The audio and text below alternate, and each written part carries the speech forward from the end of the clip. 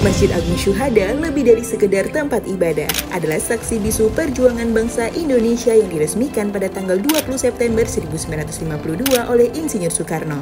Dibangun untuk mengenang peristiwa heroik 7 Oktober 1945. Pada saat itu terjadi clash antara para pemuda-pemuda pejuang Republik Indonesia dengan Jepang yang ingin mempertahankan eksistensinya di Kota Baru. Maka terjadi pertempuran dan pada saat itu gugur sekitar 21 orang pemuda.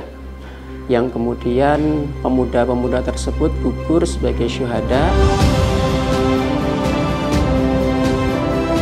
Masjid ini berdiri di atas tanah Keraton Yogyakarta sebagai tempat ibadah bagi umat muslim di Kota Baru. Sebagai cagar budaya, syarat pertama itu berusia minimal 50 tahun lebih. Kemudian yang kedua, ia memiliki fungsi penting atau kontribusi penting bagi pendidikan, kebudayaan, kesejarahan, ataupun keagamaan. Dari kategori-kategori tersebut, alhamdulillah Masjid Syuhada masuk kategori semuanya. Maka kemudian awalnya Masjid Syuhada ini dimasukkan dalam bangunan cagar budaya tingkat provinsi, dan kemudian baru tahun 2024 kemarin masjid ini dimasukkan dalam kategori bangunan cagar budaya tingkat nasional.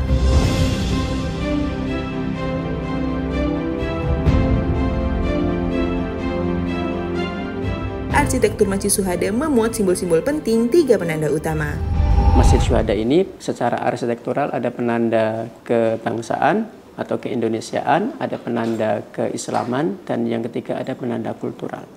Penanda kebangsaan atau keindonesiaan itu bisa kita lihat dari jumlah anak tangga. Dari sisi timur itu jumlahnya ada 17 anak tangga.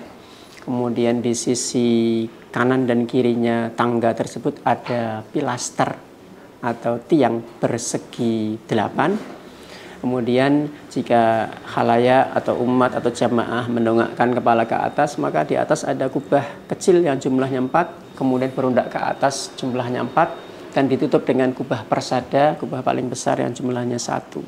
Sehingga dari angka-angka tersebut tersemat angka 17, 8, dan 45. Suatu angka yang akan mengarahkan kita pada angka proklamasi kemerdekaan Republik Indonesia.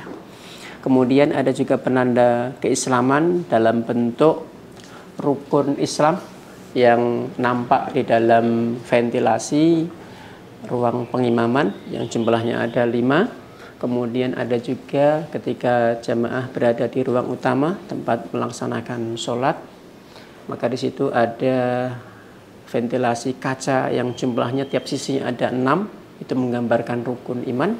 Tapi karena di sisi utara, selatan, barat, dan timur, sehingga jumlah totalnya menjadi 24. Apa yang terkandung di dalam makna 6 dan 24? Maka rukun iman yang jumlahnya ada 6, itu dibawa seterusnya 24 jam dalam sehari. Ada juga penanda kultural. Bentuk ruang utama itu berbentuk persegi. Apa maksud persegi itu? Adalah keblat papat 5 pancer, keblat papat 4 sudut yang kemudian berpusat pada 1 di tengah-tengah. Lebih dari tempat ibadah, Masjid Syuhada menjadi pusat pendidikan dan kegiatan sosial dari pendidikan anak usia dini hingga perguruan tinggi. Dan Masjid Syuhada sejak berdiri hingga kini ya terus berbenah sedikit demi sedikit, perlahan demi perlahan. Mulai dari pendidikan formal, kita memulai dari pendidikan yang paling kecil, KBTK, kemudian bertahap sampai kemudian insya Allah bisa lengkap.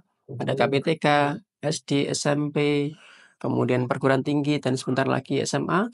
Ini prosesnya panjang. Tapi dengan satu niat saat untuk berkhidmat dan memberikan proses menjaga kemakmuran, kemudian memberdayakan manusia, memberdayakan umat agar terus berkembang menjadi lebih baik.